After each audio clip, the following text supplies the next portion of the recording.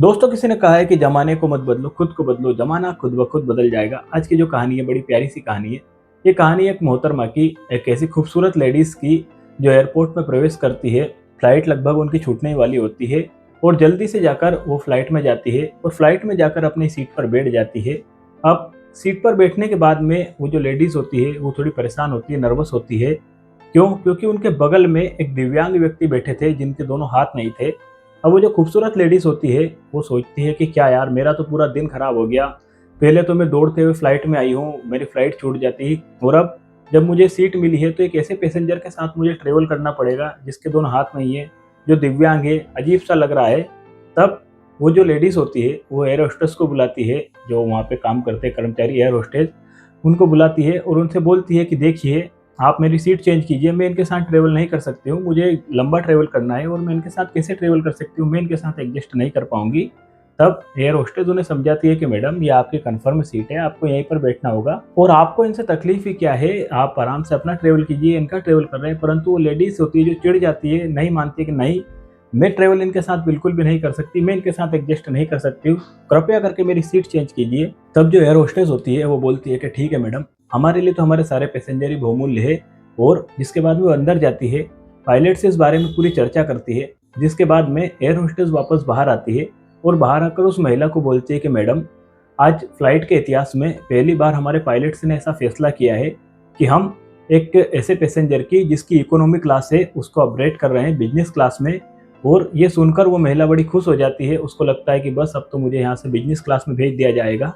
परंतु वो जो एयर होस्टेस होती है, वो उस दिव्यांग व्यक्ति को कहती है कि चलिए सर, आप उठिए, हमारे जो पायलट्स है उन्होंने फैसला लिया है कि आपको हम फर्स्ट क्लास में ट्रेवल कराएंगे, आपको हम बिजनेस क्लास में ट्रेवल कराएंगे, क्योंकि हम हमारे किसी भी पैसेंजर को एक ऐसे पैसेंजर के साथ ट्रेवल नहीं करा सकते जो बस शकल और सूरत देखकर सारी चीजें तय करता है, जो सीरत नहीं देखते, बस सूरत देखते हैं। एयर होस्टेस की ये सारी बातें सुनने के बाद फ्लाइट में जो आसपास के लोग बैठे थे वो तालियां बजाने लगे। इसके बाद में वो जो व्यक्ति था जिसके दोनों हाथ नहीं थे, वो जो दिव्यांग थे, वो खड़े होते हैं और खड़े होकर उस महिला को बोलते हैं कि ये जो मेरे दोनों हाथ है, ये मैंने कारगिल वार में गंवाए हैं। मैं एक सैनिक था और जब कारगिल वार देश के लिए हुआ, तब मैंने देश के लिए जंग लड़ी थी और अपने देश के जंग लड़ने में मैंने दोनों हाथ गंवाए थे।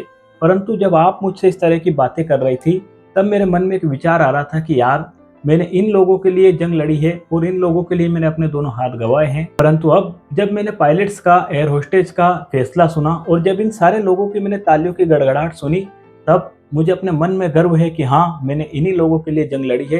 ये मेरे सारे देशवासी है और आज देखिए, आप पूरे देशवासी मेरे साथ खड़े हैं। इसके बाद में उस व्यक्ति को ससम्मान तालियों के साथ में बिजनेस क्लास में शिफ्ट किया गया। दोस्तों, कहानी बड़ी छोटी सी है, परंतु यह कहानी हमें बताती है कि हमें हमेशा सीरत पर ध्यान देना चाहिए, सूरत पर नहीं। सूरत का तो क्या है, सूरतें बदलती रहती है। जवानी में क्या सूरत रहेगी, बुढ़ापे में क्या सूरत रहेगी। बहुत सारे ऐसे एक्टर्स आप लोगों ने देखे होंगे जो जवानी में कितने खूबसूरत रहते हैं, जिनका ग्लैमर होता है, जिनके नाम के चर्चे होते हैं, परंतु उनका बुढ़ापा देख लीजिए। तो दोस्तों, ध्यान रखिए, रंग भेद, काला गोरा, ऊंचा नीचा कुछ नहीं होता है।